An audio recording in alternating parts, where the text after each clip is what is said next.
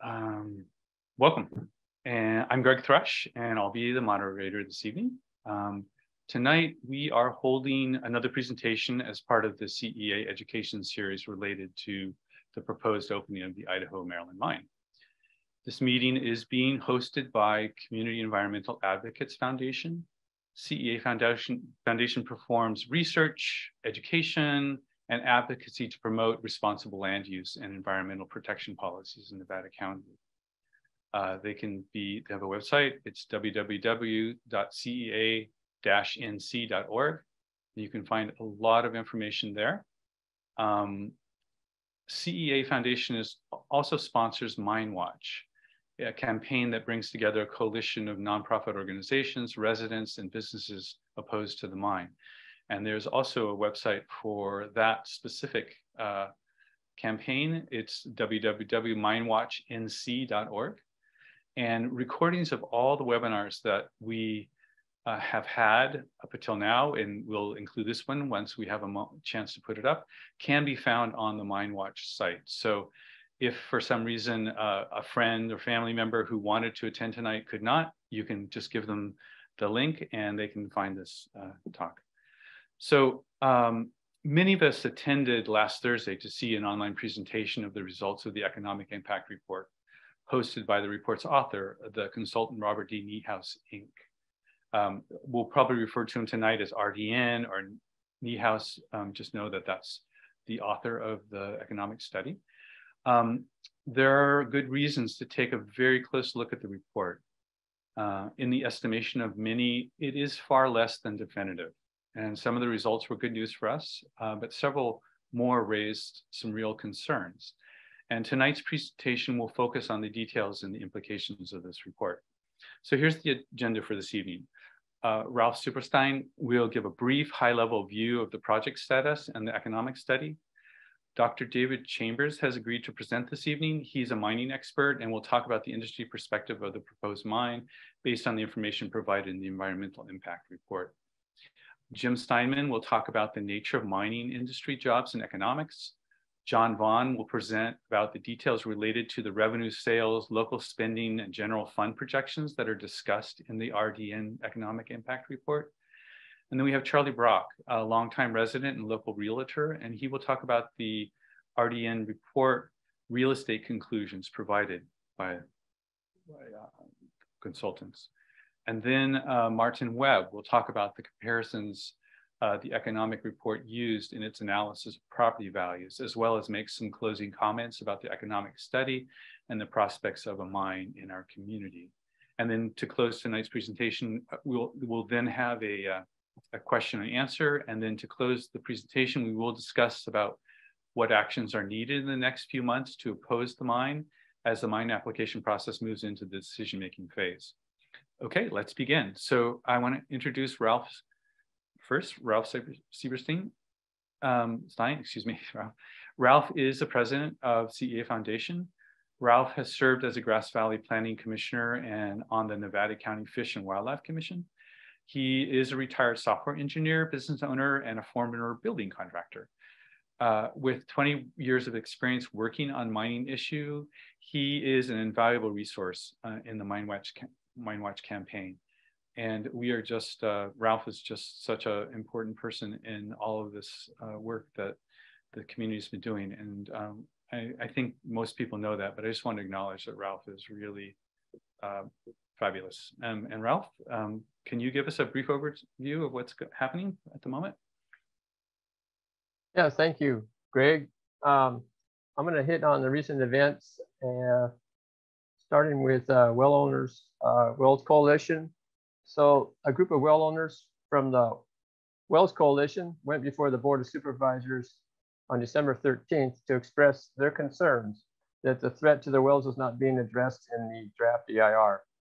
The speakers provided evidence of the uncertainty in predicting impacts to groundwater, in fractured rock systems, noted past failures, and asked for protection and to follow precedents with a domestic well monitoring program.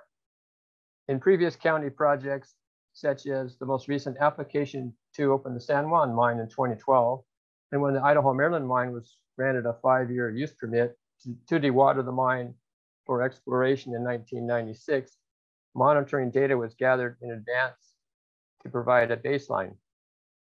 CEQA requires the draft EIR to contain current baseline well data in order to assess the potential impacts and have a means of defining mitigations. Current well data from all of the 300 plus nearby wells needs to be gathered and included in a revised draft EIR. Okay, so no doubt you've heard the final EIR was released on Friday. As one expert who is familiar with the draft EIR stated, that's ridiculous.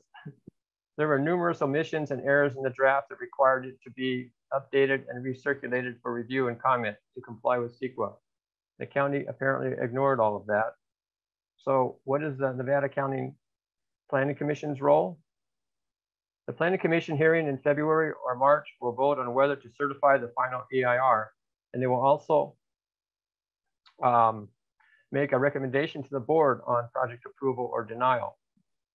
So regarding the comment period is not 10 days, it's at least until January 25th for a hearing after February 1st. We requested an extension of time and for clarification on the deadline for written comments. So we're hoping to hear back on that. So stay tuned, and we will be reviewing the final EIR and providing more information and ways that you can get involved. The next few months will be very important. So about the economic, slide please, the economic study. Kudos to the Nevada County Board of Supervisors who commissioned this report in order to get a reliable independent analysis of the impacts of the proposed mine on our local economy. We appreciate their taking action on this rather than relying on a private report that was produced by Rise Gold. Consultant RDN's source of information was problematic, and it's important to note that most of the report is, I quote, based on the assumption that it would operate as proposed by the applicant and is documented in the project description in the draft EIR. We feel that these are huge assumptions. CEA Foundation and many others have provided clear reasons why the draft was inadequate and that it required recirculation before a final EIR could be produced. The draft failed to correctly identify significant impacts, with missing key baseline data and contained major errors. Also, Rise Gold did not provide any estimates of the cost of facilities construction or dewatering the mine. So RDN was given a job of making an accurate economic study based on missing, misleading, limited, and unvetted data in many cases. In other words, there's a lot of questionable things to say about this report, which we will talk about. But I do want to make clear that the report provides a lot of useful information about the mine project in general, and it gives us a good framework for assessing the economic impacts and for correcting the record regarding claims made by Rise Gold. Next slide, please.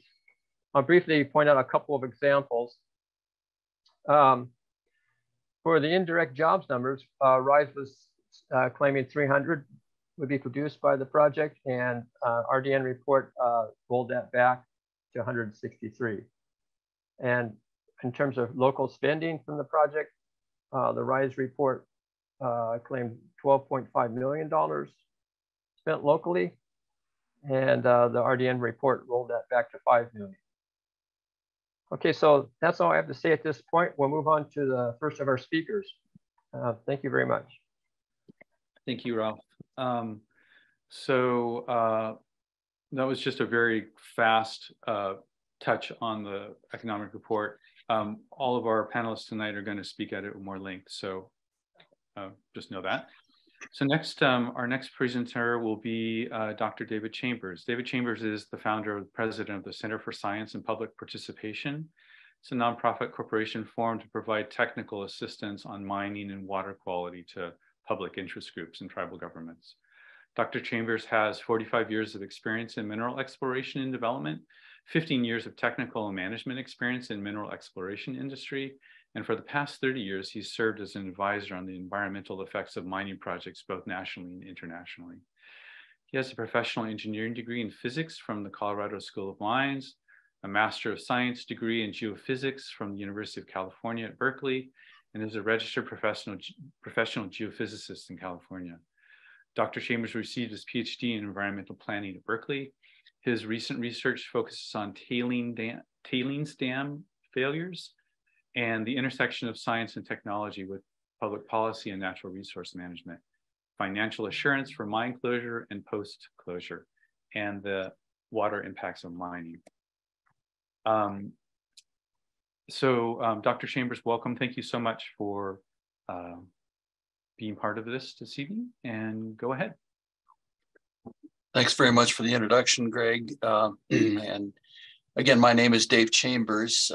I'm talking to you from Bozeman, Montana, where we're forecast to be 35 below zero at this time tomorrow night. So I'm envious of California temperatures right at the moment. If we could have the first slide, that would be useful. Thank you. So my specialty is not economics, but since our theme tonight is economics, I want to discuss a couple of findings that I made in reviewing two documents, and these findings have economic implications. The first document I'd like to talk about is what's called, as you'll see in the top line there, the technical report on the mine project, which was prepared by Amec Foster Wheeler, dated June 1, 2017. So that report's over 5 years old at this point in time. But these reports, which are called NI 43101, NI is National Instrument 43, Section 101. And this is a requirement that's mandated by the Canadian Stock Exchange. So if the company is listed on the Canadian Stock Exchange, it has to provide these documents. And these technical reports are required whenever there's a substantial change in the nature of a project. So the fact that there hasn't been an updated report for 5 years basically says the fundamental basics of the project are still the same, because this is the official technical report for the project. These reports are prepared by what are called qualified persons, that is, people that are not only knowledgeable in their field of analysis, and there's typically half a dozen or so that are involved with preparing each of these reports, but these people have to put their professional reputation behind their findings. So what I've listed down below the first couple lines are a number of sections, 9, 15, 16, etc. And each of these sections in a technical report, which is sometimes called a preliminary economic assessment, although this technical report doesn't qualify as a PEA because it doesn't contain enough economic information to put it over that threshold. But these sections normally contain a lot of information about the development that's going to take place. And I generally go to these because sometimes I can get information that doesn't even appear in an environmental impact review. So they're generally pretty informative. But the thing I wanted to point out was that under each of these headings, there's virtually no information. What I have literally done is take all of the verbiage that was provided under that section and put it on this page. So for instance, for exploration, the report says RISE has not completed an exploration work program on the property. And I think that's still true. Mineral reserve estimates. There are no mineral reserve estimates for the project. Mining methods, recovery methods, not applicable to the current status because there isn't enough information.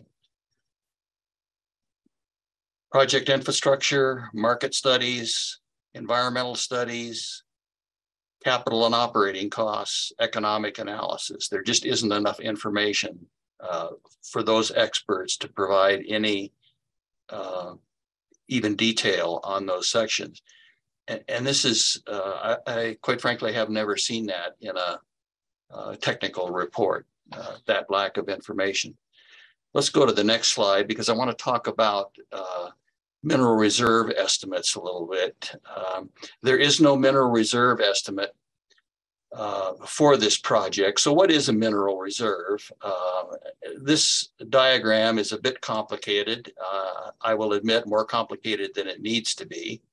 The diagram itself, the reason I use this one is because it comes from the International Council on Mining and Metals, which is the industry association internationally. So it's a very well accepted source. And under the word exploration results on the top, you'll see two categories, mineral resources and mineral reserves. And what you need to have if you're going to have really a viable mine proposal is to have some sort of mineral reserve identified, because that establishes the amount of ore and the amount of metal that you hope to recover from this project. So most projects will have a mineral reserve. Down below the mineral reserve, you'll see probable and proved. Those two categories are generally lumped together. So a mineral reserve is defined as probable and proved ore. A mineral resource, on the other hand, isn't as well defined. It can be measured and indicated, or the weakest category is inferred. And in most economic analysis, measured and indicated are lumped together, and then inferred is a third separate major category. So a probable and proven mineral reserve is a mineral reserve that's been drilled out to a drill hole density such that you have a very good idea of what sort of ore is contained in that defined ore body. Indicated and measured, that's usually a category that means your drill spacing is such that you have a decent idea, but not enough to really call it a mineral resource. And then the inferred category means you've probably got a few drill holes. You know there's something down there, but you don't really know how much. So the important thing about this whole discussion is that Idaho-Maryland doesn't have a mineral resource or a mineral reserve. And again, that's just highly unusual for a project to be asking for a production permit without having a mineral resource defined. I don't think, quite frankly, I've ever seen that, but there's no law, there's no rule that says you have to have it. It's just highly unusual. The second document I'd like to talk about is the environmental impact report. I reviewed the draft report, which is dated December 2021. And of course, the final has just come out a year later. And there are three things that I want to touch on that come out of this EIR that have economic implications. The first is waste disposal. The mine plan says that the waste rock that comes out of this mine, that is the rock that's not ore, is going to be either disposed of on the site or used and sold as what's called engineered fill, which is stuff like road fill or foundation material. I think that's a problem because in general, trying to sell mine waste, even if it's technically clean, is still a tough thing to do because there's still potential liability with rock that contains mineralized material, even if it's very low concentrations. And someone who buys that and uses it could potentially run into some liability down the line. So my experience has been that most buyers are just very reluctant to buy that sort of rock when they can get verifiably clean sources like sand and gravel elsewhere. Now, the other sort of potential problem with this engineered fill material being sold, that is the mine waste being sold, is that you do have to test it and prove to the best of your ability that it's not contaminated. And that, of course, is done by taking a representative sample and testing that.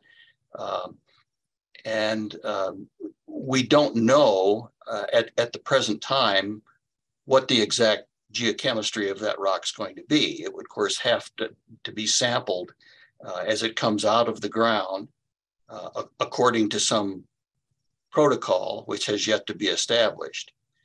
Right now, I'm questioning the geochemical characterization of the waste rock that's taken place.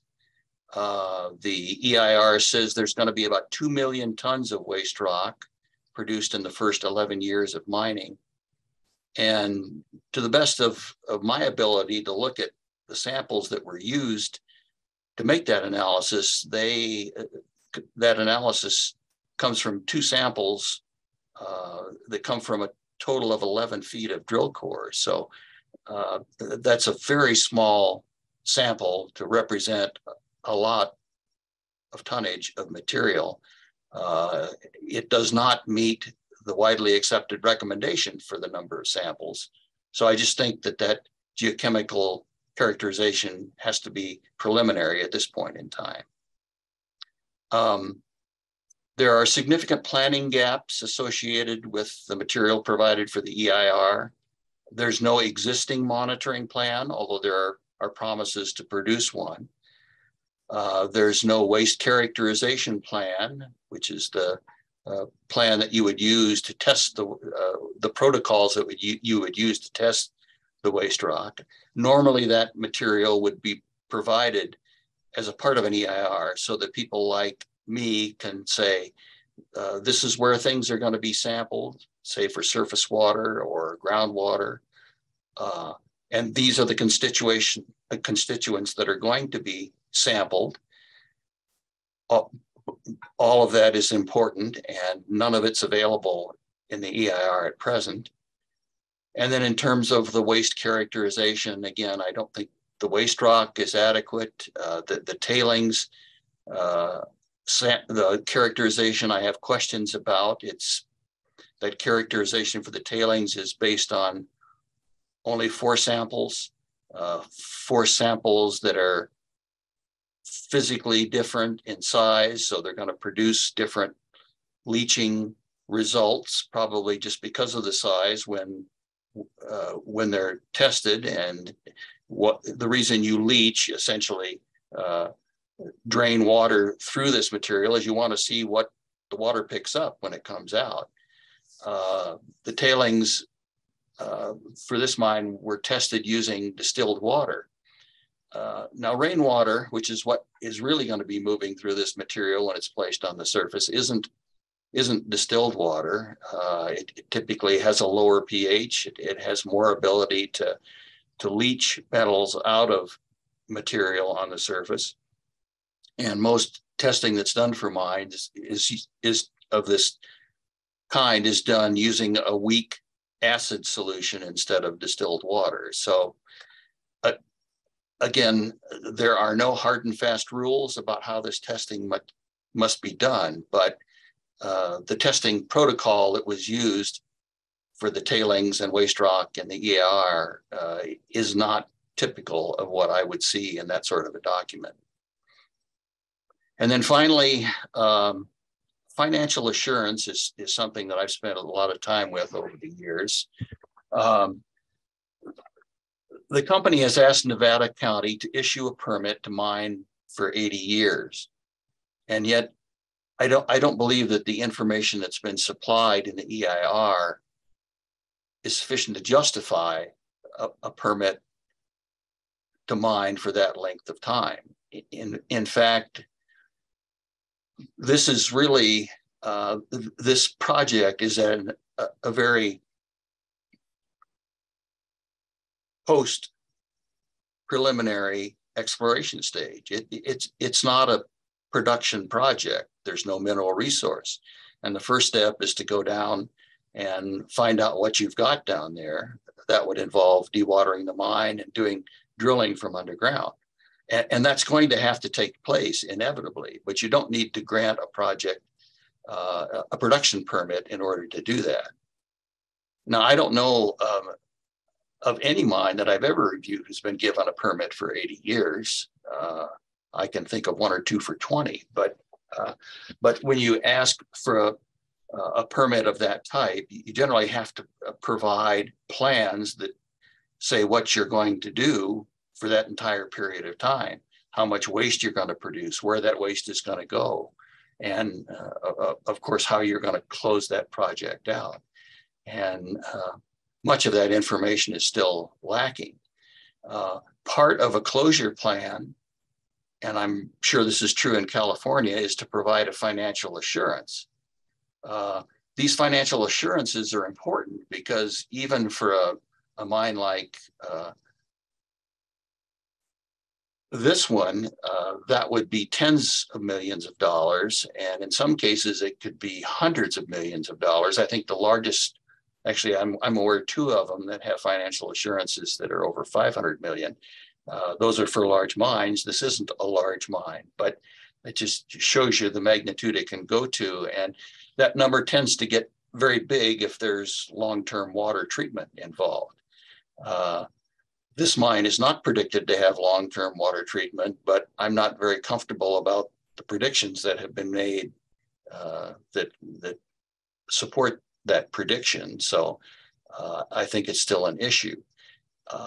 And basically, if a permit is issued for a mine for that length of time, then that regulator has to say that if this mine closes down for any reason, we're going to have enough money on hand at any point in time to close that mine properly so that it doesn't have environmental and economic impacts on the community that it's in.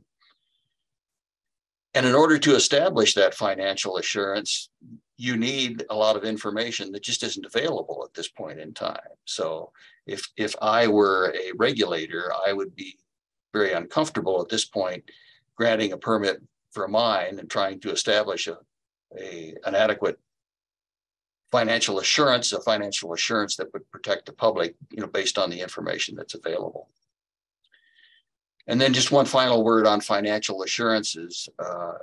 Even though they're typically required for every large mine in the US, and this is a state-by-state requirement in large part, those financial assurances never cover anything but what I want to call reasonably foreseeable conditions. So if you were to have something like a tailings dam failure or some other catastrophic environmental event, that financial assurance is not made to cover those sort of accidents. So just because you have a financial assurance, that doesn't mean that you're totally covered as a nearby community.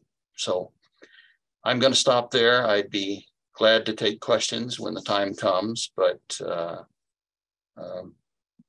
Greg, I'll turn it back to you. Thank you.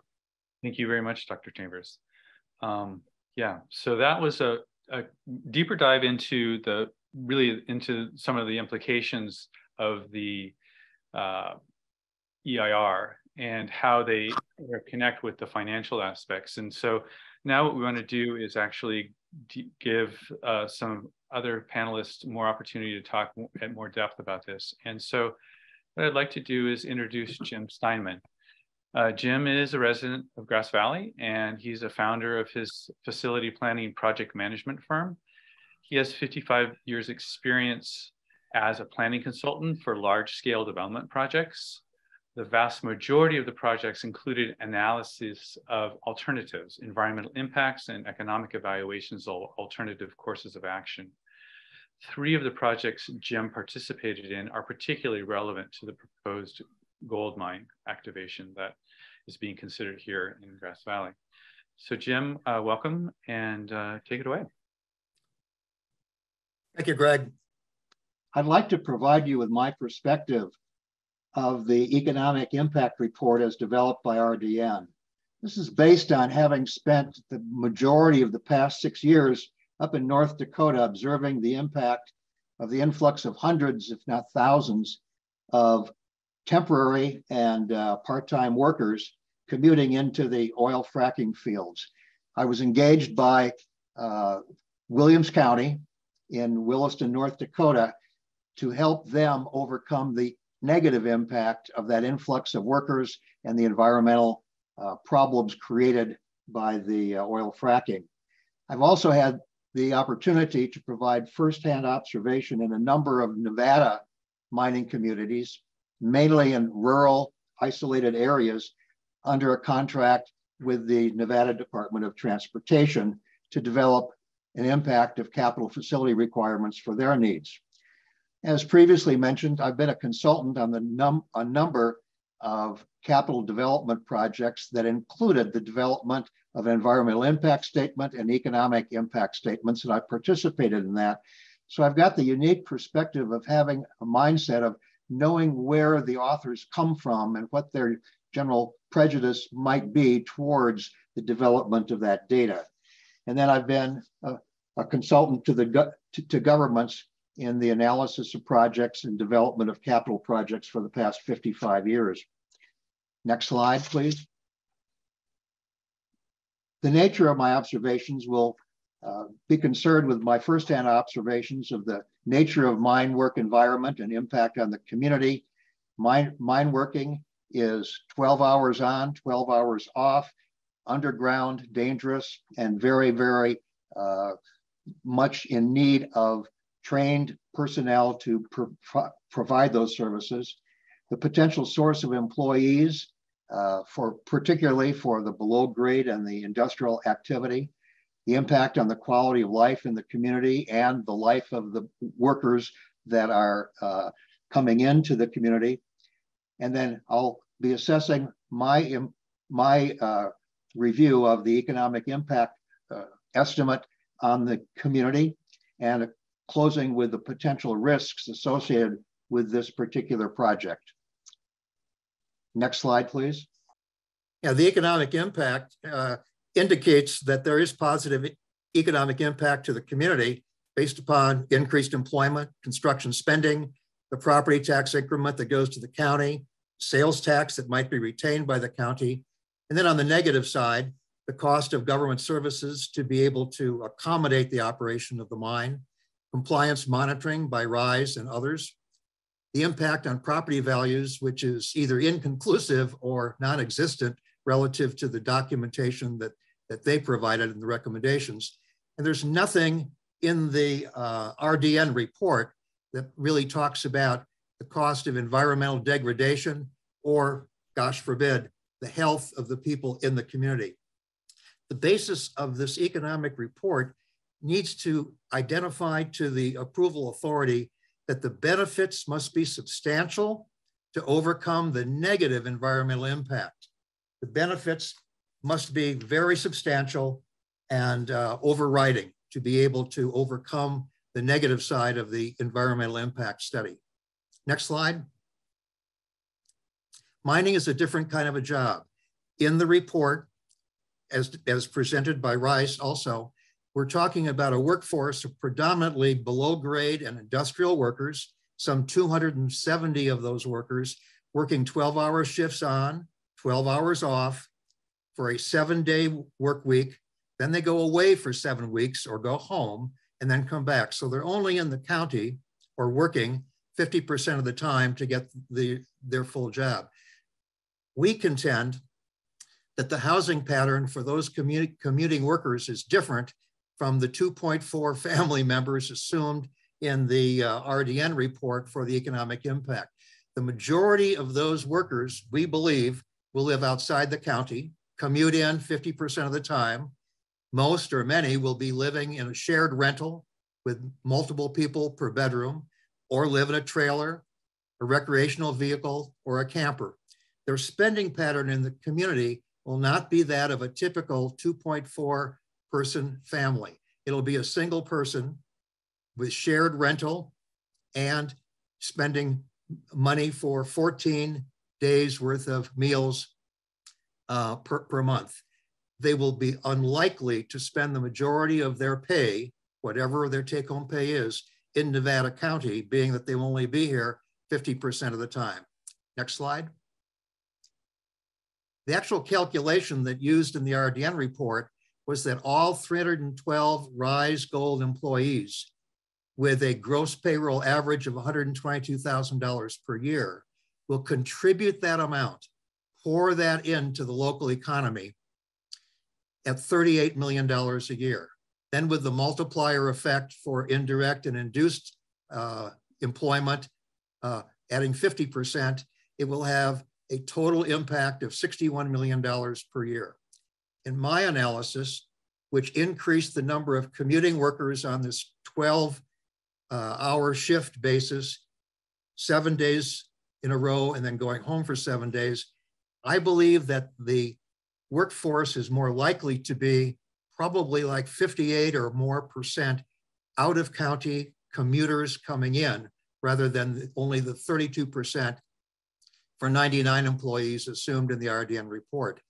Reducing their contribution down to disposable take-home pay after backing out the 25% benefits, the 7% tax, you get to about a $91,000 per year disposable income, but much of that is mortgages, buying automobiles, payments for Amazon, things out of county. And so I believe that the actual amount of money poured into the local economy, not outside the county borders, is more like $54,000 for a resident that is employed in the Rise mine. For the workers that are commuting in and only here 50% of the time living in shared housing, my estimate was it's about $20,000 a year actually spent to contribute to the local economy. That reduces the annual economic impact in the county to $15 million, about 1/4 of what the RDN report provided. Next slide. From a construction perspective, the report indicates there will be an immediate impact to the economy because of the construction of an unknown amount of work that hasn't been quantified in the economic study, although there was some strong language in the environmental impact report that identified the magnitude of the construction. The construction is very specialized, it's industrial. I do not believe that the type of construction is compatible with the smaller, more general purpose contractors in Nevada County. I believe that the type of construction lends itself to a design, build, delivery, or a construction manager at risk type of delivery method, much more compatible with large experienced contractors who are found probably best in Sacramento area with a large and available workforce to complete this magnitude of construction in an 18-month timeframe, which I find to be very aggressive relative to the design, permitting process, and the construction. Whatever the level of construction is, I believe that most of the construction funding for labor and materials, about 70% or more, will go out of county, not be retained in county at all.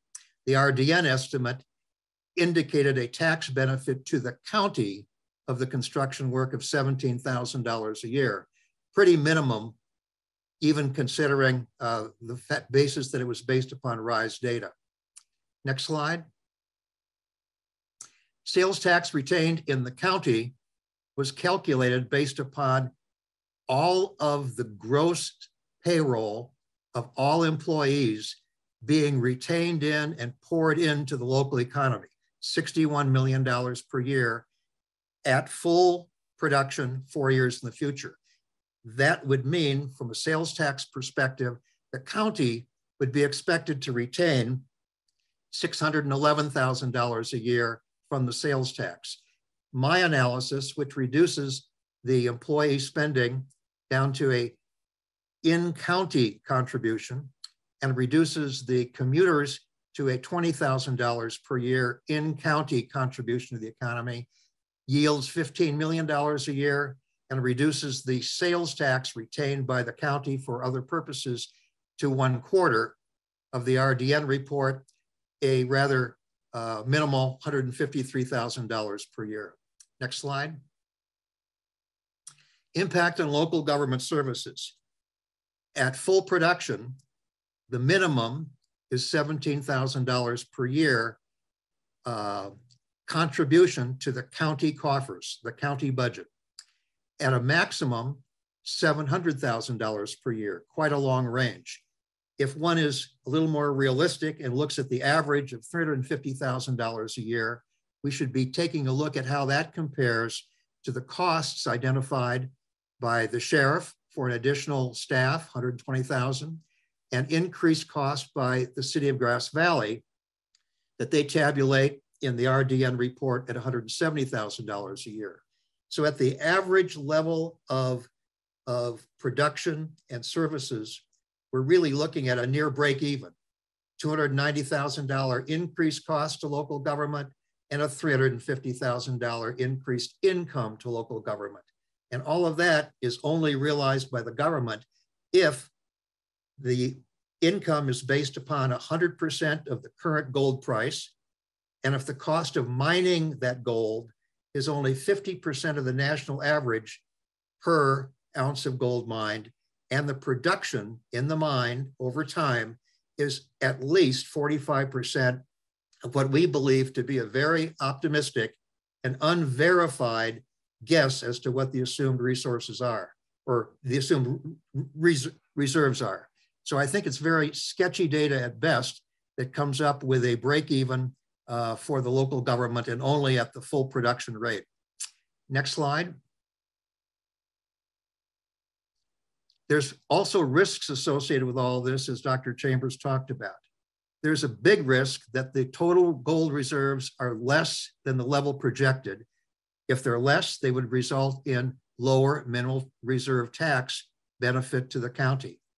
If they've underestimated the operating costs, and reality is that the costs go up, that will reduce the profitability, that will reduce the mineral reserve tax accordingly. If there's less than 80 years of operation, if they run out of reserves, again, the impact would be a reduction of the economic impact. Then there's the unforeseen and of course uncosted problems of what happens with an environmental accident. The cost of disaster recovery and site cleanup might be borne by we, the taxpayers and citizens and the county. What about bankruptcy, which has happened before with gold mines? It's happened prior with the proponent. The county may be subject to clean up the sites and further environmental mitigation. The sudden closing of the mine for other economic reasons could result in some rather significant and immediate unemployment of those employees that are then resident in the county. And of course, what if other wells dry up? Wells that have not been mitigated by the basis of the approval process. The impact on individual properties could be catastrophic if other wells dry up in the future. Next slide.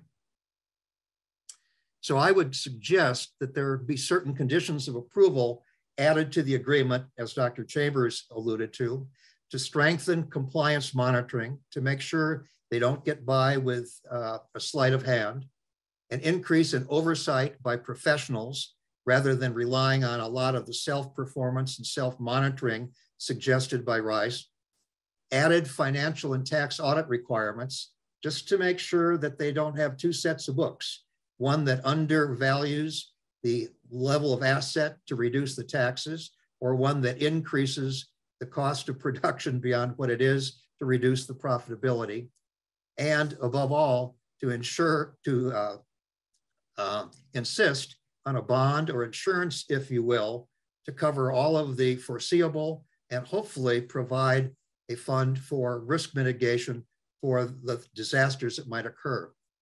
It would be nice to have teeth in the agreement so that the actual community benefits that are received by we, the people of the county, over the next 8 to 80 years is equal or exceeds the benefits that are included in the economic study, which is the project approval was based upon. Next slide.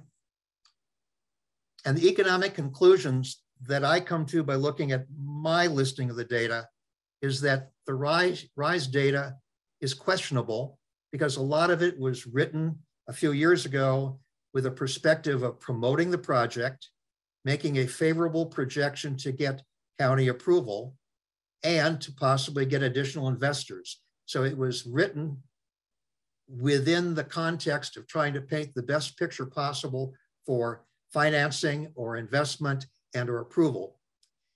I also believe that the benefits to the community are substantially overstated by looking at the full payroll of all of the employees as opposed to only the disposable income spent in the county, that the costs of operation are understated, risks are totally ignored, and the cost of risks are not mentioned.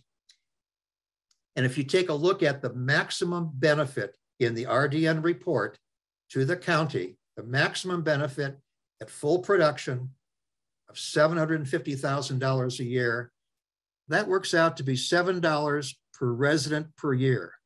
I asked the question, is $7 per resident per year at full production under the very optimistic assumptions used in the RDN report worth an overriding consideration, given the significant unmitigated environmental impacts that aren't costed, the many unknown costs that could be incurred, and the substantial future risks? I'm not sure it's worth risking our health and environmental degradation for $7 per resident per year. Thank you. Thank you very much, Jim. That was a lot. Very interesting. So the next presenter is John Vaughan.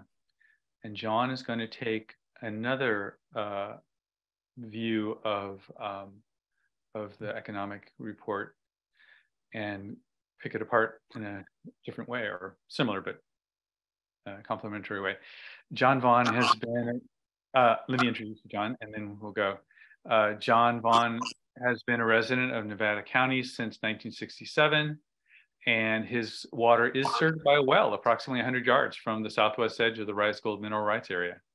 He's served executive roles at various for-profit and nonprofit industries, including at Grass Valley Group, Utah Scientific, Precision Printers, and Pride Industries.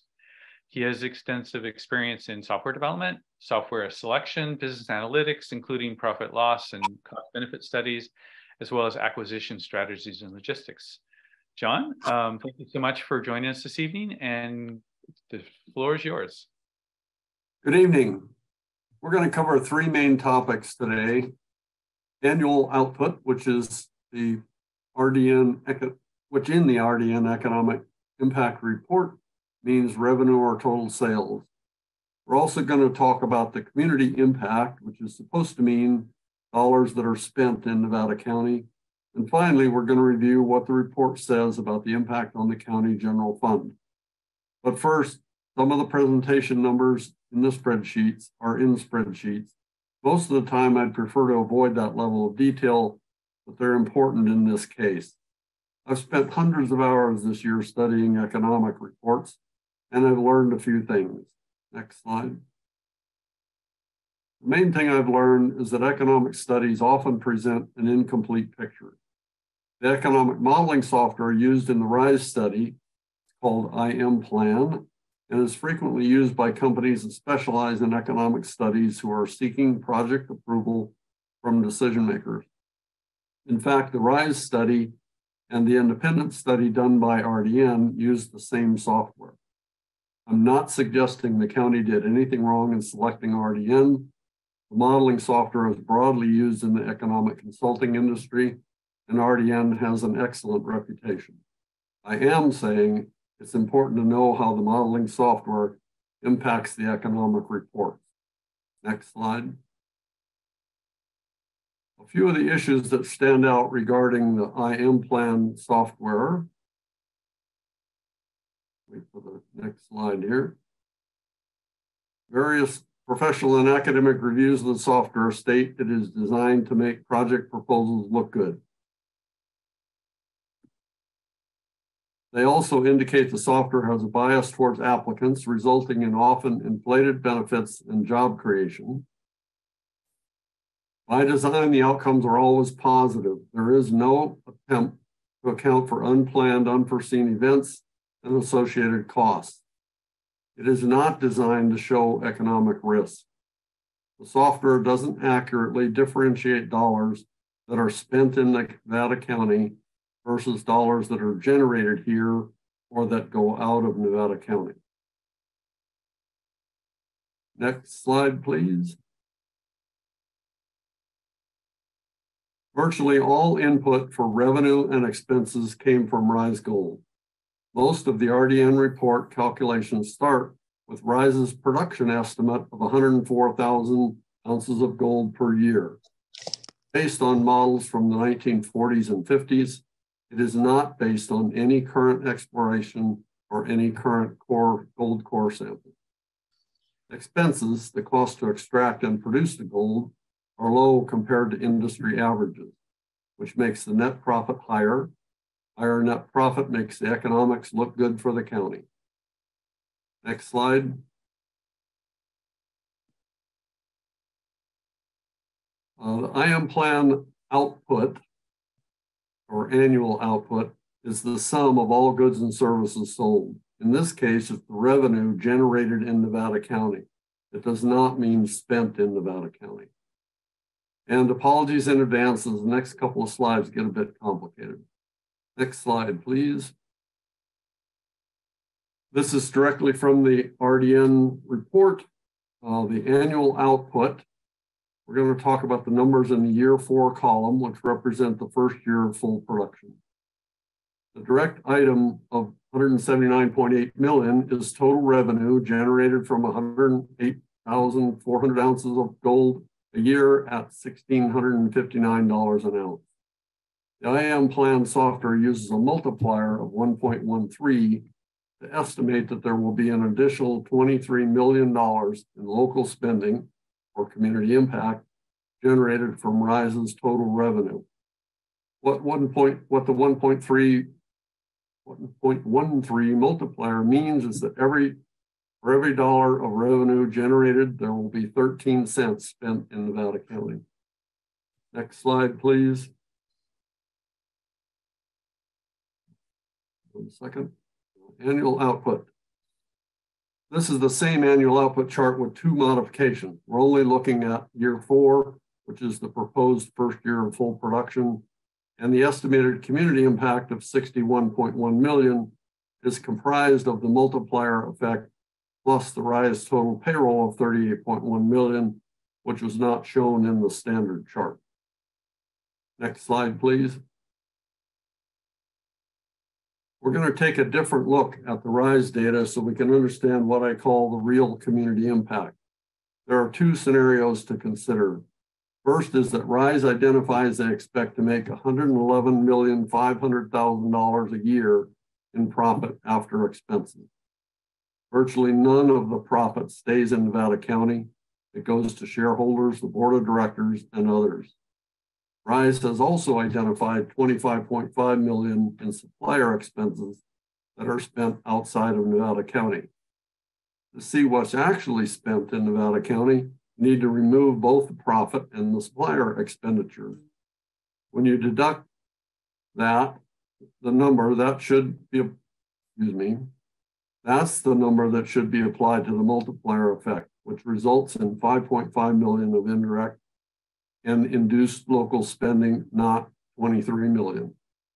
Then Rise claims total payroll of 38.1 million, but that includes employer taxes, benefits, employee taxes, virtually none of which are spent in Nevada County.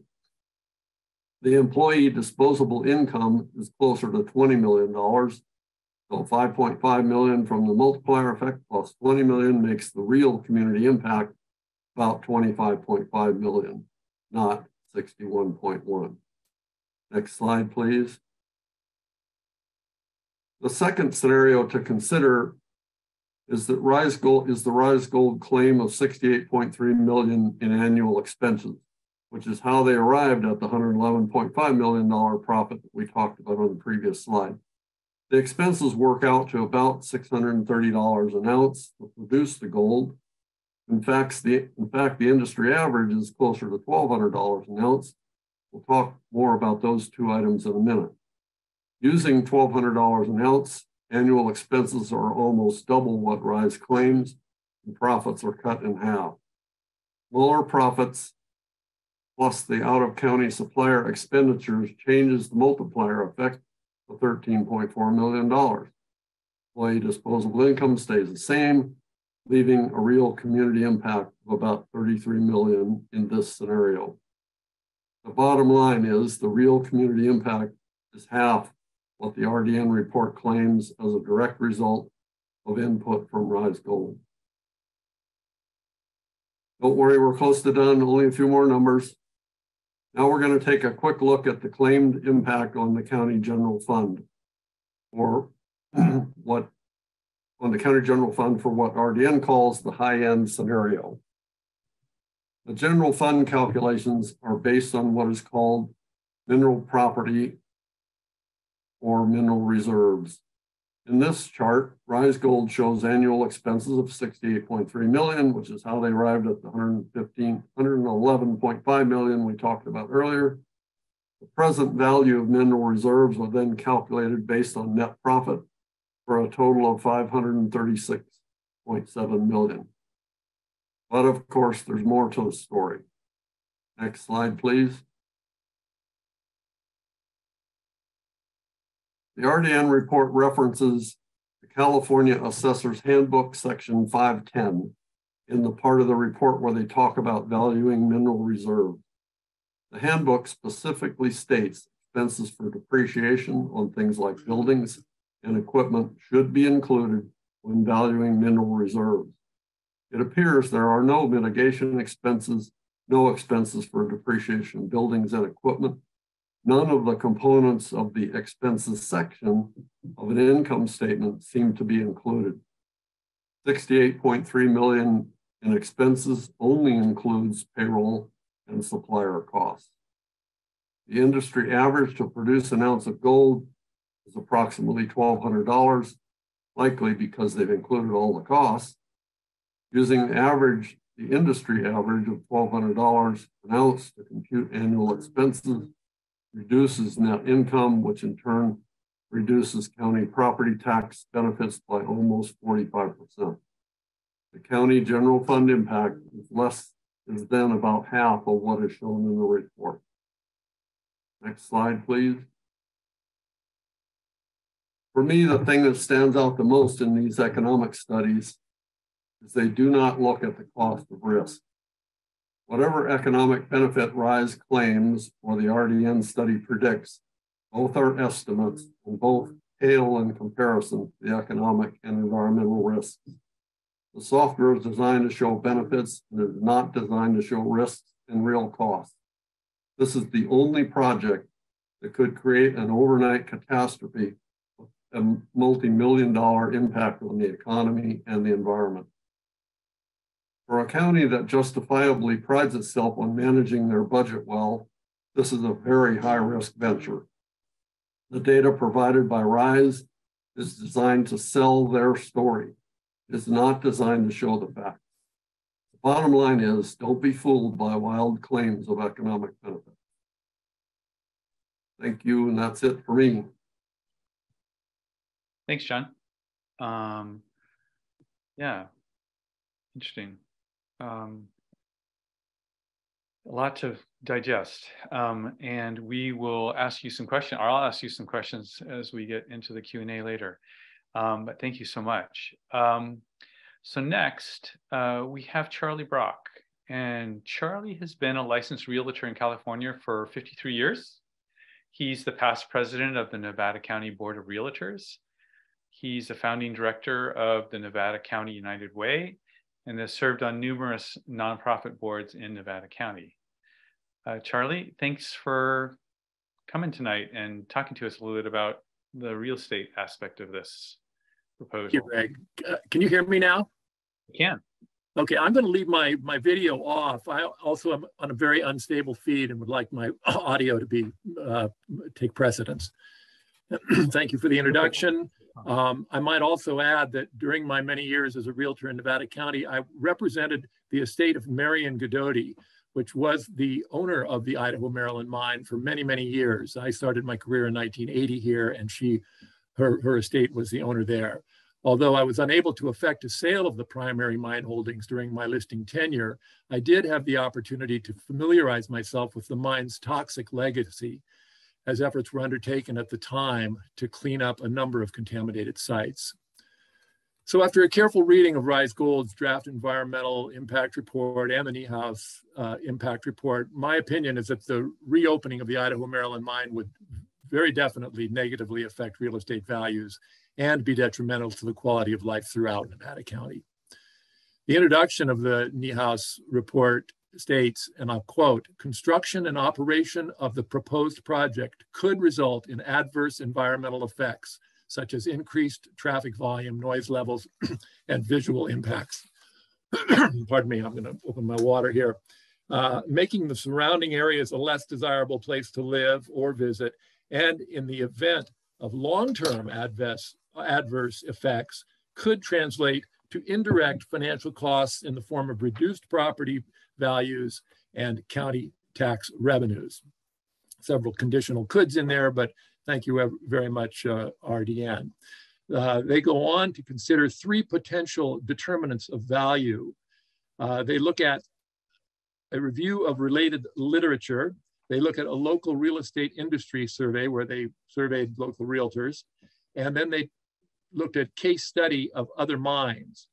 They point out the limitations of each of these valuation methods and specifically state that, again, quote, "The results of the case study analysis are inconclusive regarding the magnitude of any potential impacts."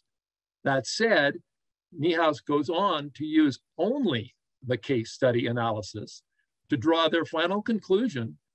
And again, I quote, "We do not estimate any anticipated average change in property values associated with the proposed project." The Niehaus EIR has used contradictory statements along with questionable assumptions and methodologies to arrive at faulty and misleading conclusions regarding the mine's effect on real estate values. To double check my own thoughts regarding the value effects of reopening the mine, I contacted several appraisers, three of whom hold the highest designation, MAI, as members of the Master Appraisers Institute, and several other respected local appraisers who specialize in residential properties for banks and mortgage lenders. All of the appraisers I spoke with acknowledged that evaluating the effects of a mine on real estate value is an imperfect and difficult study. Value effects are not easily quantified. Among value studies and appraisers, and I spoke to realtors also, opinions I have gathered, I found consensus that a primary determinant of reduced real estate values is a function of the public perception of significant detrimental effects, real, potential, long and short term, of opening a mine. As well, local MAI appraiser Daniel Ketchum stated to me that the Niehaus EIR failed to implement accepted appraisal methodology, which has clearly led to an unsubstantiated conclusion that the opening of the mine would have no impact on value. He goes on to say an appropriately created study that includes comparison of controlled market data truly proximal to similarly operating mines, each being subject to the same market conditions at the same point in time, might have led to a much different conclusion. That ends that appraiser's quote. To repeat myself, I just want to close by saying that it's my opinion that the Niehaus economic report contradicts itself, which I think is very obvious, relies on questionable assumptions and methodologies. They discounted all realtors' opinions in order to arrive at a misleading and faulty conclusion.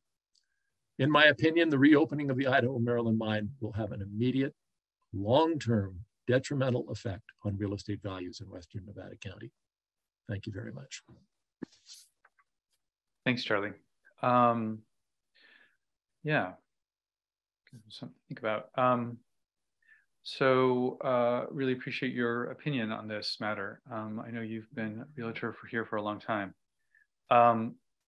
So next we have Martin Webb, and Martin is actually going to kind of, I think, talk a little bit more about what Charlie was talking about, which is property values and the kind of what has been talked about in the report and how it was talked about. And I think Martin's going to look at that a little more closely. So let me introduce Martin Webb. Martin has been in the renewable energy field for 25 years as a business owner and solar expert, which translated into a life of environmental activism for him. Whether producing radio shows on KVMR as the host of the Climate Report, or on TV as the host of Tipping Point. It's a new monthly program on the Nevada County media, if you want to tune that in. And he has become a well-known voice for environmental awareness around a host of issues, including the proposed mine. So Martin, welcome again. We've had you on before, and we're certainly excited to have you back on this presentation series. And the floor is yours. Thank you, Greg. I really appreciate it. Thanks for the opportunity. Can everyone hear me okay? Yes, we can hear you fine. Excellent. So I'm going to look at the 3 case studies, which is what the RDN report felt were the strongest indicators for their conclusion that nothing would happen to our property values, and point out how we believe when you look a little bit closer, as the other speakers have done, the case studies don't really speak too well towards our situation with property values, but they do really show what the dangers are of having a mine near a community. So these might not be case studies for good results, might be for bad results. Next slide. But first, let's talk about the fact that while property values were directly mentioned in the scope of the report, as RDN talked about in last week's webinar and other speakers here have alluded to, there were a lot of important missing things in the stated scope of this report. There was no effort or ask for them to analyze Rise Gold's track record and their financial solvency. There was no economic assumption accuracy. They didn't vet the data that was provided with them. They just assumed all of it was perfectly real. They didn't give us an analysis of risks of failure and the likelihoods of outcomes. As the other speakers have alluded to, we should expect a cost to our community of the negative impacts. And for those who aren't aware, our tourism economy, just the tourism part in our county, is almost $400 million a year and almost 4,000 jobs created. And that wasn't in the scope to analyze, again, all of these negative aspects. But fortunately, the county did very specifically say, hey, please look at the impact on property value because that is so important to us. Next slide. And so they did dig quite deep into an analysis. To their credit, they did 3 different things. As Charlie said, they did a literature review as well as a case study and a survey of real estate professionals. And in the literature review, they found 13 key studies that talked about mining and other industrial activities and how they impact property values nearby. Out of those 13, 11 were negative impacts. One said there was no impact to having a rock quarry near a residence. And then one showed that if you're in the Netherlands and you live within a mile of any industrial project, you would see a 4% bump in property value. Otherwise, overwhelmingly negative impacts, up to 17% loss in value. Next slide. And so what did they do with this information? They dismissed it all as irrelevant. Instead, they framed the literature review as saying, well, there could be a range of outcomes of plus 14 or minus 17, smoothing over the fact that all of them, except for that plus 4, were showing some sort of negative impact or neutral. And what's most important, and I think that it's a really important takeaway from this economic report, is they struggled to find comparable literature, comparable case studies. They couldn't find anything that closely resembled the proposed project during the literature review. And so that really underscores this is an unprecedented project. Next slide. So before I talk about the case study, though, I want to show you a little bit more of the data of the survey of real estate professionals. 75 realtors replied. They were overwhelmingly based in Grass Valley, so they know the area. They weren't rookies. The majority of them had been spending more than a decade as a licensed professional here in Nevada County. And you can see that overwhelmingly they were somewhat familiar with the draft environmental report. They believed the impacts would be worse than the reports, and they even referred to the San Juan Ridge mine incident where a project was allowed to proceed and there were serious negative impacts to the community that were never predicted or contemplated in the DEIR for that project. So they had real data and experience to come from. So they overwhelmingly believed home values would go down 15% or more, and most concerningly, they said that these impacts would be permanent. Next slide. So what did they do with this overwhelming negative information? They dismissed it as irrelevant, saying, including in the webinar last week and in the report, that it's merely uninformed opinion, not based on any data. Quoting from the report's page 43, they dismissed the real estate professionals by saying that the survey is largely influenced by perceptions of the proposed project impacts. Well, you just listened to the former president of the Board of Realtors, Charlie Brock, say that that's what drives property valuation, is the perception. But what's interesting is before they dragged the real estate professionals through the process of a survey to dismiss it, they started off that section by saying something that I think we can all agree with.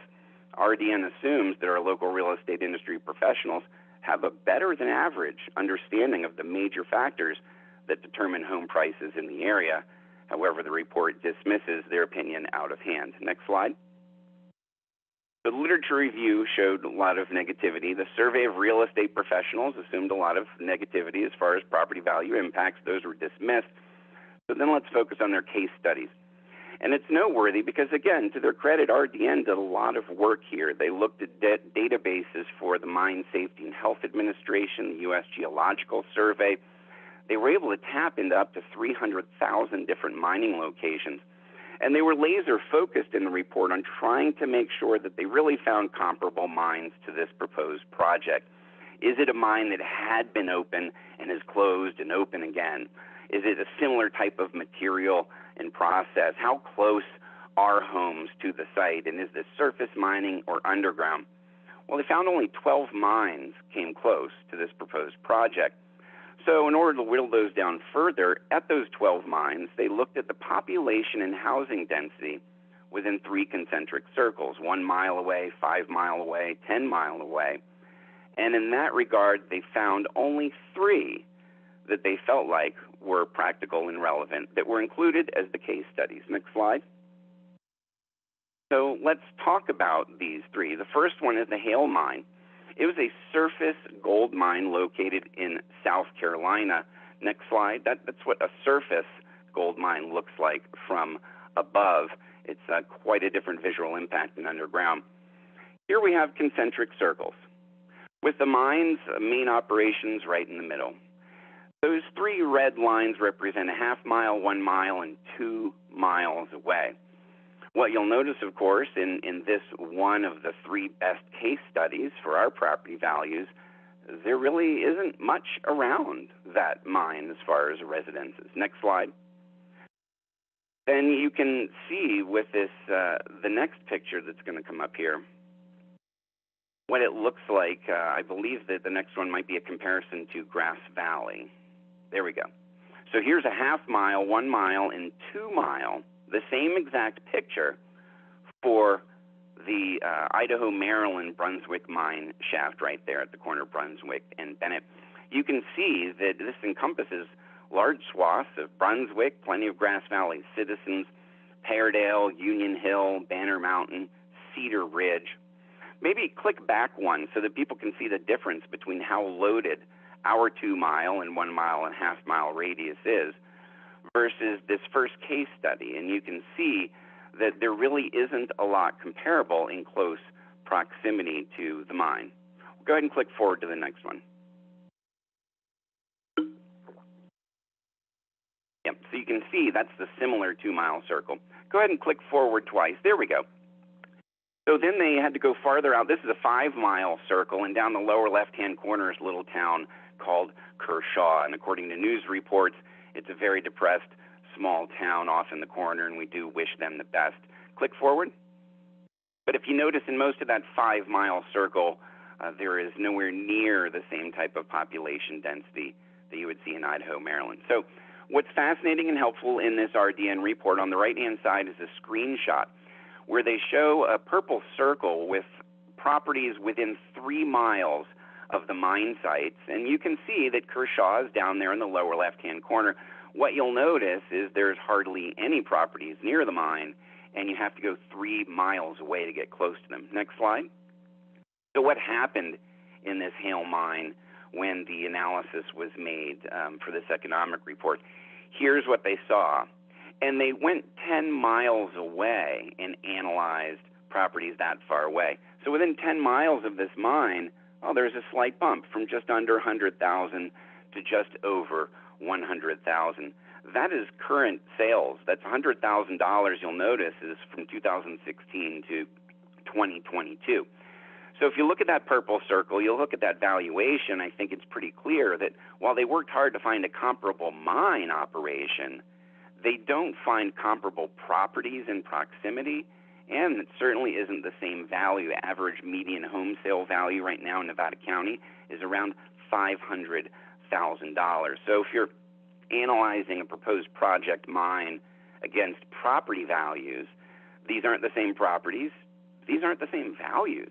It's basically around $100,000 either way. Next slide, please. So then the second case study that they looked at was a project that is in Tennessee. And what I want you to notice is the 2 dates at the very bottom of this paragraph. See where it says 2007, 2009. One of the other things that these are great case studies for is showing how these mines change owners often. For example, this mine had an owner until 2001. They closed it for 6 years. Another owner in 2007. 2 years later, another owner in 2009.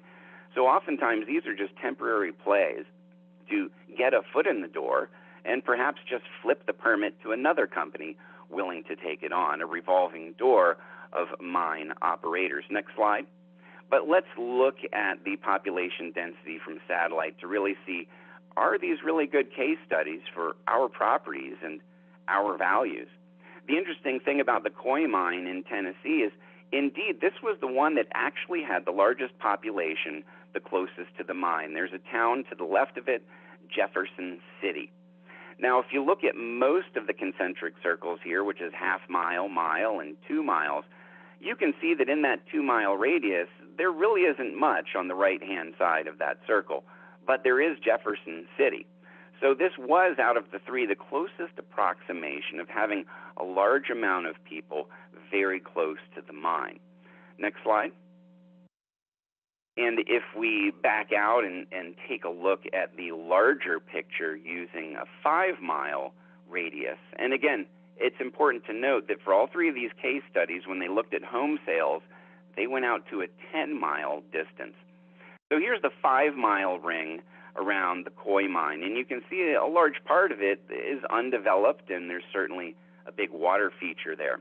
Next slide. So let's see, according to the report's authors, where all of the black dots lie for properties located within that. Oh yeah, and then here's the 5-mile look for us.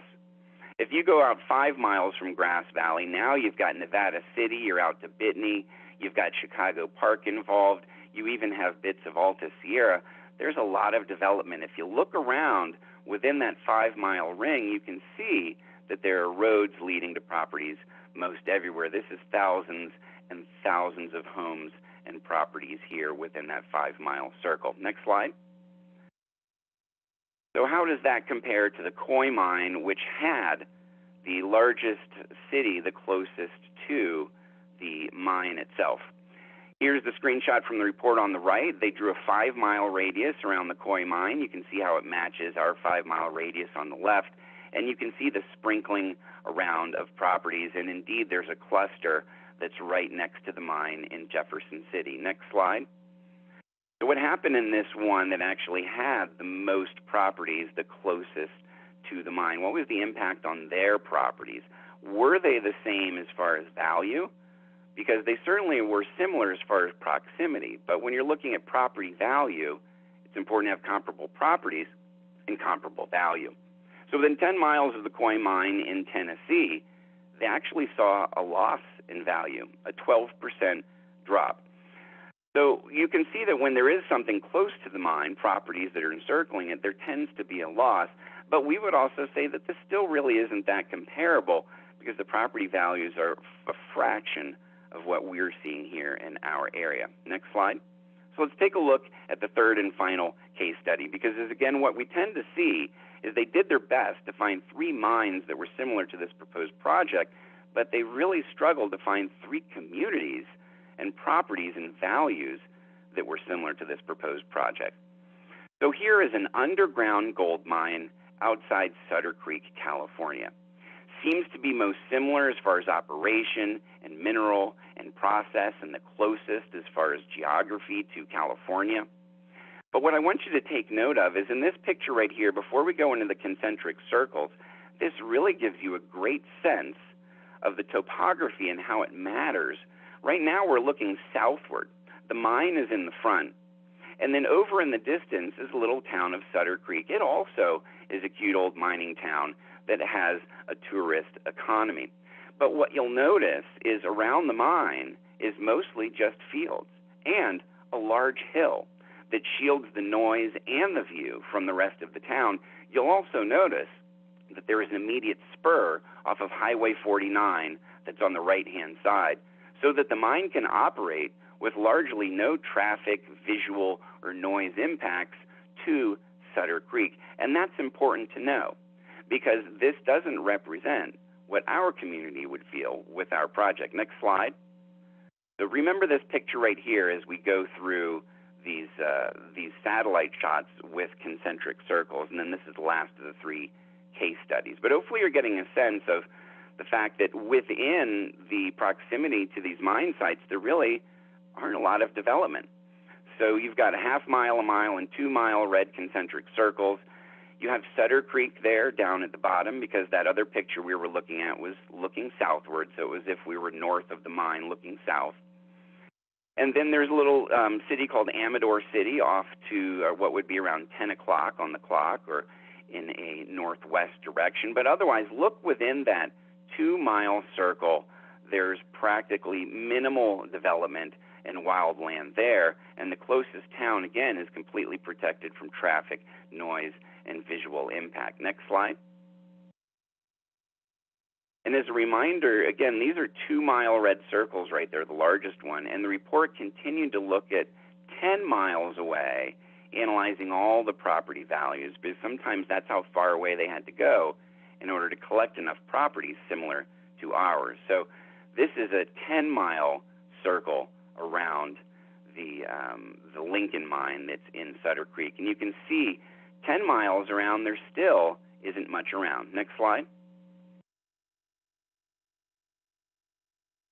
So while it is a comparable mine, it doesn't appear to be a comparable situation with properties. So here is their report with a 2-mile purple circle. You can see Sutter Creek properties, but look at that purple circle. It's mostly completely empty. And again, Sutter Creek is set aside from the impacts that we would feel, which would be visual impacts, traffic, noise. Next slide, please.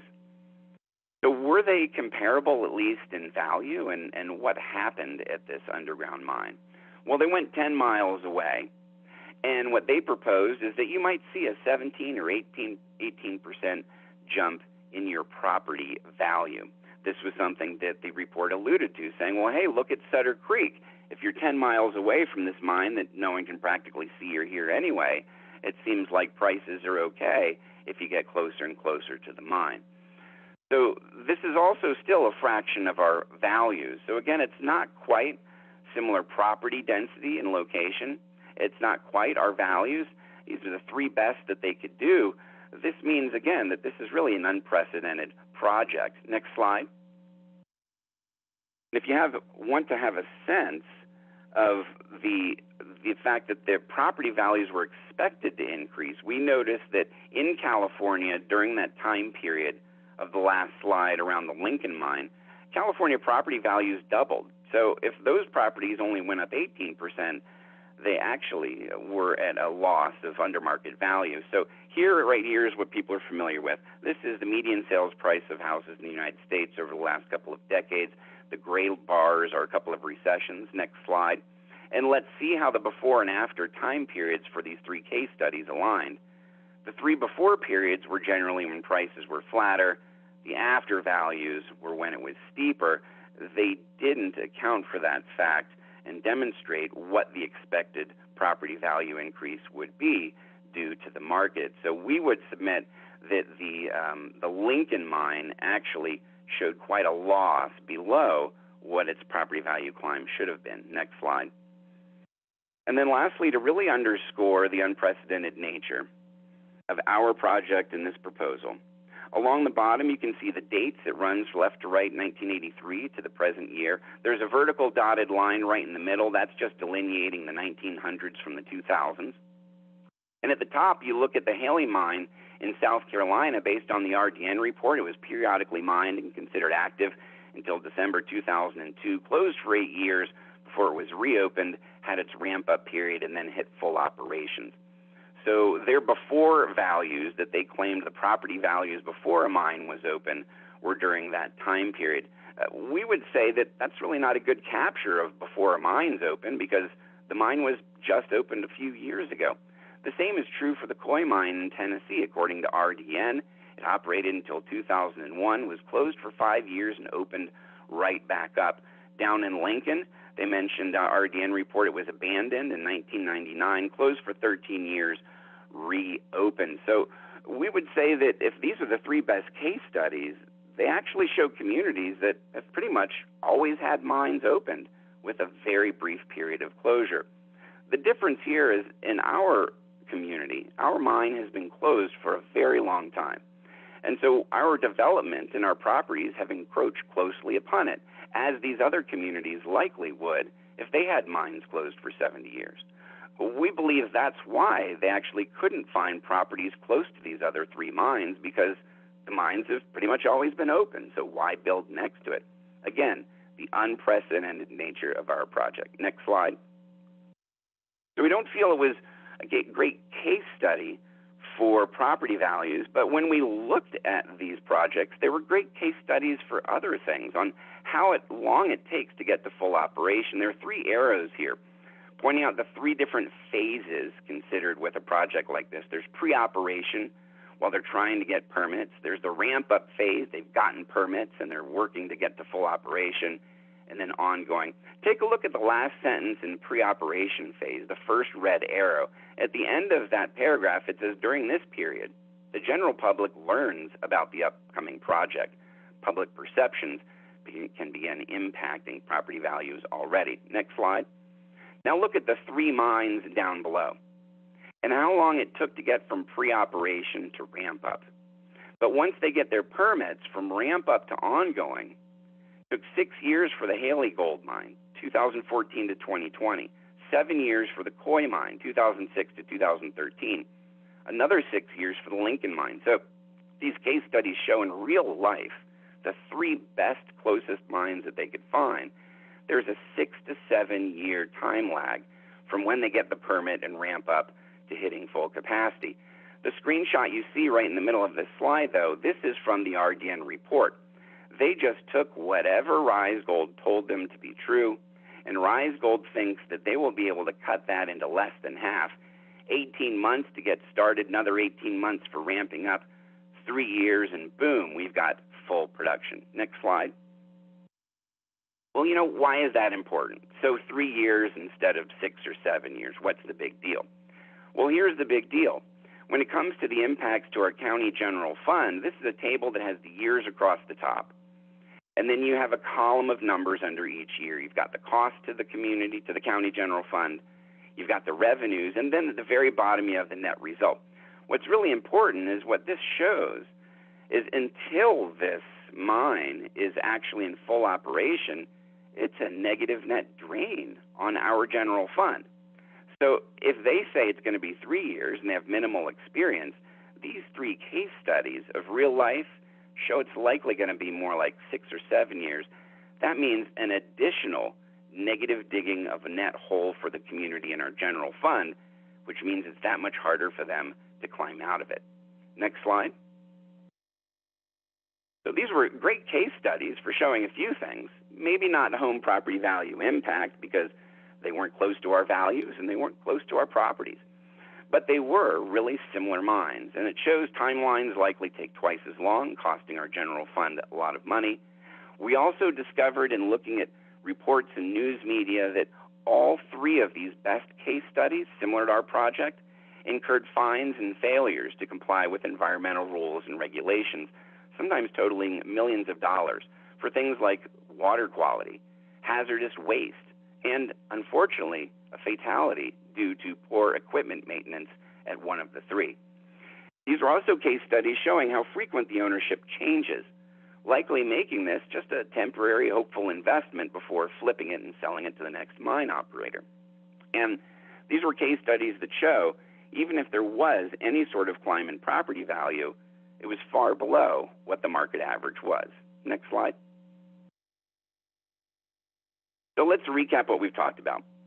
What this report showed is the economic ripple effect on both local spending and local jobs is less than half of what Rise Gold says. And according to the other presenters here, likely even less than that. So Rise Gold got it wrong on the ripple effects of spending, the ripple effects of jobs, and the proposed timeline is likely going to be twice as long. If Rise Gold can't get these things right on paper, why should anyone trust them to do better in real life? What the report shows and the limited scope of its material shows that the economic benefits are likely lower and the costs likely higher. A few might share in the benefits if this proposal went through, but we would all share the losses. Next slide. That would be loss of tourism, loss of property value, loss of desirability. We show that most input for the revenue and expenses came directly from Rise Gold, someone who has no experience successfully running a mine. They've tried one other time to open a mine, and it was not successful. And so the facts of the proposal are questionable, but again, it wasn't within the scope of the authors to question Rise Gold. They assumed everything Rise Gold says is true, and they based their assumptions on making even more gold discoveries than what proven reserves have shown.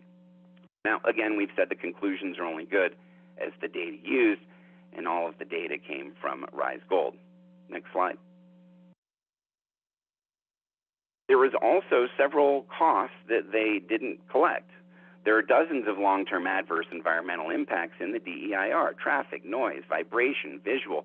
And in the report, the authors said, RDN themselves, that these types of long-term adverse impacts would make the surrounding area a less desirable place to visit. So there would be economic costs. And in the surveys of local businesses and real estate agent professionals, they all agreed. But RDN didn't try to quantify the economic cost to real estate. Or actually, I should say the economic cost to tourism. If we lost just 5 to 10% of our tourism, if we were able to keep 90 to 95% of our tourism levels after this mine opened, which is just a theoretical maybe, we would still lose $20 to $40 million a year, meaning we would lose 200 to 400 jobs. That alone would offset and wipe out any purported gains from this mine proposal. Next slide. And that's only if we lost 5 to 10%. Let's try and quantify the loss of property values that the authors did. They said there would be no impact on property values because when they looked at the 3 case studies, they were inconclusive. When they looked at the literature, it was irrelevant. When they talked to local experts, they didn't know what they were talking about. But again, there was no comparable academic studies. And the survey of real estate agents projected a loss. So while RDN didn't try to quantify the impact on property values, we can just run a back of the envelope. There are 2,000 homes located within a half mile of the mineral rights, not a half mile of the mine, a half mile of the mineral rights, which spread underground much farther than the mine. If those 2,000 homes within a half mile of the mineral rights just lose 10% of our average median home sale price of $500,000, that's $100 million in total property value loss. Now, homes might sell an average of every 15 years, so if we divide that by 15, it would average out to almost $7 million a year on top of the $20 to $40 million losses in tourism, suddenly we're approaching almost $50 million a year in lost property value and tourism. Next slide. Which about equals what they're proposing. So this limited scope masked the costs, overstated the benefits, and showed that Rise Gold is not ready. This project is not ready for reality. And if you take accurate costs and benefits and weigh them against each other, at best, this proposal, if everything goes according to plan with a rookie operator with a shaky track record, this might be a wash if we're lucky. More than likely, though, it'll be a net loss long-term for the community. At worst, a catastrophe. The applicant's limited experience and their prior mining venture, which they are still under litigation for damages, they tried to open a mine, and within a couple of years, it was bankrupt and was facing fines. In our consensus of reading this report, even with its limited scope and filling in the gaps, the risk for this project clearly outweighs the reward. With that, I think we're ready for Q&A. Thanks, everyone, for listening through that long presentation part. All right. Thank you so much, Martin. So, everybody, we are, as you can see, going over time. And I think most of us are fine to continue. If we hope that we would like to give an opportunity to respond to some of the questions and answer questions that came in. I guess I want to say, I know that probably people will need to go to dinner and things like that, so we may start losing people. But Traci, do you want to say something very briefly about what actions to take, or should we just forego that for this evening and jump into the Q&A? So we could do yours now really quickly, and then we can just take as many questions as we can before, I don't know, we should set a cutoff date, cutoff time. But sure. Well, if Christy wants to queue up that slide, then I can definitely do that and go over really quickly for folks, and then we'll launch into Q&A. So go ahead. So there are 3 steps to take action this month. The first step is to go enjoy the holidays. As many of you know, the FEIR, was released on Friday, the 16th. And so when we come back from the holiday break, January is going to be critical, just like the slide says. We need to submit comments and letters on the FEIR, and CEA is putting together the information to help everyone in those comments. So this is a call for all hands on deck in January. So step 2 is all hands on deck. And then the third step is to look out for the meeting, because there will be a public meeting with the Planning Commission. And it's a high priority to have big turnout for it, just like we did, I can't remember what month, in April. So that's your 3-step plan there. Enjoy the holidays, write comments in January, be prepared to go to a meeting in February or March. And so now we can move on to Q&A. Thanks, Greg. Thanks, Traci. So everybody who can, it's panelists, can you turn your video back on so people can see you? And for those, Jim and Martin, probably, and Charlie, who have more limited internet access this evening, you can just keep yourselves video off just so that you don't have a problem. We got a number of questions in the question and answer section, and I'm going to try to sort of condense them a little bit and see if we can make this a fairly fast process here. So there was a lot of several people in their questions were making the comment that, look, this is good information, but unless the planning commission, and the board of supervisors is listening, it's only going to be heard by us. And so, you know, how do we get the commissioners and the board of supervisors to listen? Are they only going to be listening to the planning department? Like, how do we expect this process to go? Anyone want to take that? Ralph? You can unmute yourself. Yeah, so the planning commission will hear they'll have a hearing and they'll consider the EIR, and they'll have to certify it or else not certify it. and I would hope that they won't certify this EIR, at which point I would expect that it might be appealed and go to the Board of Supervisors. But they might end up certifying, or they might actually send it back to go back to be recirculated, which is what we would have expected them to do in the first place.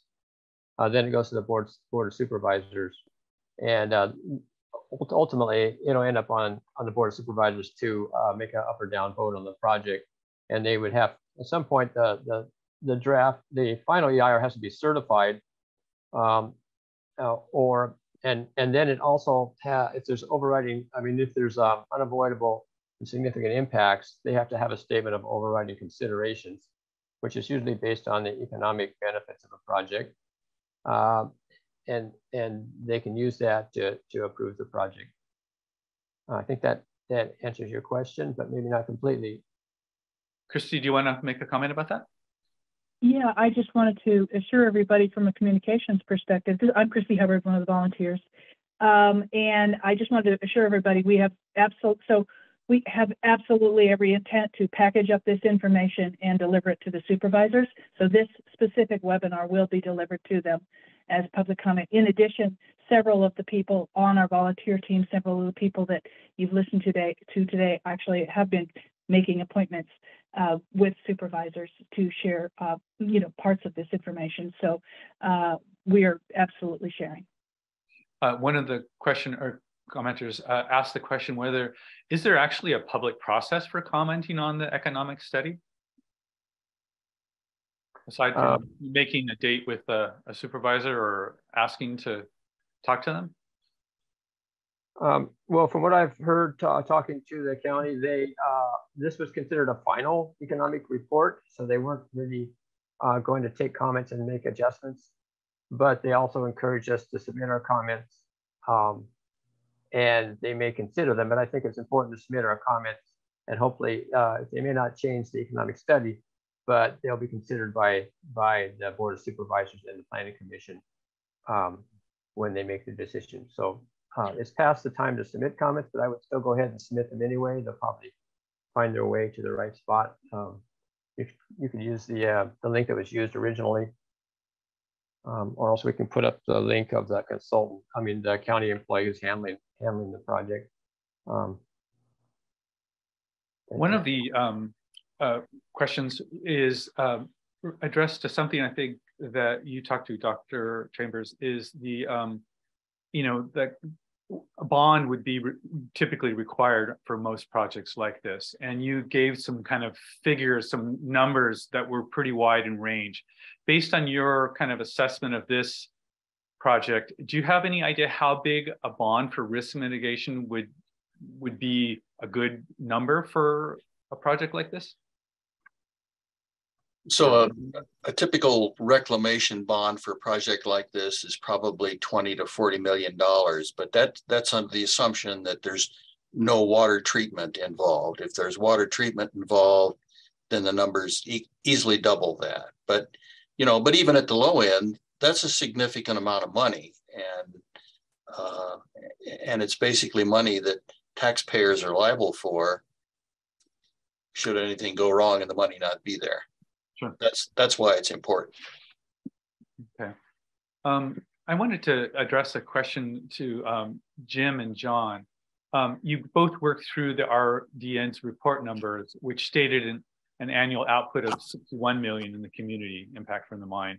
And both of your calculations reached significantly lower figures than the RDN number. And your numbers differed a slight amount. I believe yours was 15 million, Jim, and yours, John, was about 25. And so I just wanted to know, how would you guys explain the difference between your two figures? I know you guys didn't work together, so you kind of looked at stuff independently and came to these conclusions. Can you address that at all? Well, I significantly reduced the economic impact of 180 full-time mine employees who I believe are going to be commuters, where the majority of their payroll goes out of county, and the only thing they're spending in the county is for shared rent when they're in county working and for the equivalent of 14 days a month worth of meals. So I calculated that their contribution to the economy is nowhere near the $122,000 a year of a full-time resident family with 2.4 people in the household. It's more like $20,000 a year of money that actually goes to something in the county, be it rent or be it buying groceries or meal. That's the substantial difference between my economic contribution of the employees. Yeah, that's correct. We both kind of came at this from different directions. And in my case, I was trying to be really conservative about employee disposable income. It's probably substantially less than what I used in the chart. So our numbers sound like they're different, but they're really not. Okay, yeah. All right. I'm looking here over the questions. I want to make sure I got everything covered. There's a comment from one of the participants in tonight's meeting, and her comment is that Nevada County's economy is largely an amenity economy, and that the comparables that were used in the RDN study, and I think Martin sort of pointed at this, were industrial manufacturing economies. And I guess it's more of a comment than a question, but if anyone wants to sort of address themselves to this idea, her comment is that she believes that the consultant really needs to find communities with amenity economies. Amenity, I guess, would mean tourism, right? I'm not sure if there's a question there, but I just wanted to make a quick comment. Yeah, sure. When I was looking at these three different case studies, a couple of them did have a slight bit of a tourism economy. It's a fraction of ours. Both the Coy mine in Tennessee, that's the one that was the closest to a town. Jefferson City, you might recall, was just to the left of the mine. That was the one that did see a drop in values. And they have about $100 million a year tourism economy compared to our $400 million a year. And then the Lincoln mine in Sutter Creek, that's the one where you remember we had the aerial shot showing how the mine was actually quite protected from the rest of the town. They similarly had about $100 million a year tourism economy. I would say, excuse me, I would say that, you know, to the commenter's point here, and as I mentioned, they just couldn't find communities like ours next to facilities like this. You know why? Because people don't do it. This is an unprecedented project, and these three case studies, as I showed in the timelines, were communities that actually have had consistently active operating mines with very brief periods of inactivity. And I agree with the commenter, and that's really the big takeaway from this attempt at finding comparables is there aren't any. This is unprecedented, and we shouldn't be the first. Okay, thanks. I'm aware of time. It is 7:53 according to my computer clock, and we've gone way over. And I want to give an opportunity to open up to people who want to comment live. And let me just see if we have anybody who's got. So if you would like to make a comment, please raise your hand using the icon at the bottom of the screen, and we will acknowledge you. Okay, I see 1, 2. So Ray Briers, we'll start with you, okay? I'm gonna allow you to talk, so you are live. Go ahead, Ray. Hi. Previous studies have looked at alternative uses for that property, and they included that in a financial analysis. I did not see that. Can you comment? Anybody want to take that? Yeah, I can take that. Yeah, in the previous study that was done for the 2008 project, they did do alternatives, and that economic study was actually included in an EIR document, and they included the no project alternative. And surprisingly, or not surprisingly, the no project alternative was shown to have more economic benefit to the community than the mine project, because it would have allowed normal growth to continue on. It was a different project than this one in many ways. Most of it was on the Idaho-Maryland Road site, the Centennial site. And so they talked about the commercial development, if left to grow at the normal rate, would provide more net benefit to the community and more jobs after 20 years. So, and it would have been nice to have something like that on this report, but it wasn't done, I guess. I don't know why. I would add that the draft EIR also eliminated without review the option to use the already zoned property for a business park. And they did that because they said that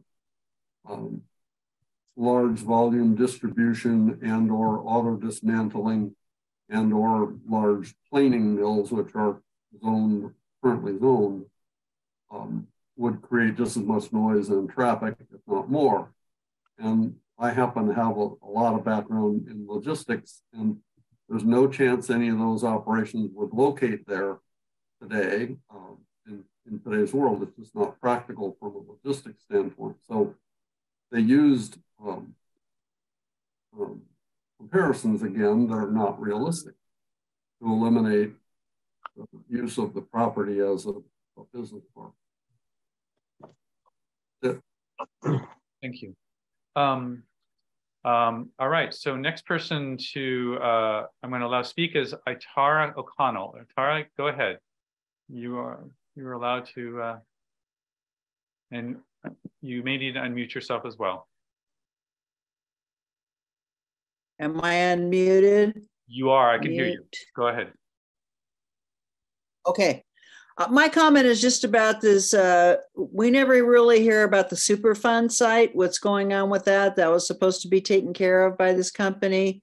And none of that is really addressed in any of these reports. So I just want to make a comment about that, that seems to be a big factor that's not really being addressed anywhere. Thank you. Ralph, do you want to? Yeah, I'd comment on that. It's called the Centennial site now, and it's not actually designated as a Superfund site. It was pending a designation when the DTSC took it on, and so the Superfund designation is conditionally deferred as long as the DTSC is working to get it cleaned up. And the progress on that's been slowed, and they don't expect to have a final remedial action plan approved until sometime next year, and the more details on the project won't be done until after June of next year, according to the DTSC schedule. But what's important to note is that the mine intends to dump their mine waste on that site, but it has to be cleaned up first. And this is one of the issues with the draft EIR that we felt needed to be recirculated, and the baseline of that project in its current state needed to be included. And the cleanup needs to be included, because otherwise there's no real determination as to whether they'll even be able to use the site or not, and what the status of it will be when they use it, how much economic and environmental impact there will be, and so forth. I hope that answers your question. So we are at 7:59. I think we really need to wrap this up. And so for those who didn't get a chance to ask their question, I'm so sorry. We just need to end this. And so if you have any questions that you would like to have answers, please just send them to Ralph, Mine Concerns, is that correct? Mine Concerns, yeah. MINECONCERNS at CEA-NC.org. You can find a link to it probably on the MineWatch site. Okay. That's just Mine Concerns. Yeah, and I just want to say to all the panelists, thank you very much for participating tonight. It was really valuable. It was a ton of information. All of it really interesting and varied, and I hope it gave all of us some things to think about, as well as ways to help us communicate with our friends and community about the decision process that's going to be happening quite soon in the next few months. So with that, I would like to say good night Again, thank you to everyone, and we'll see you soon somewhere. Good night, everyone. Thank you. Take care.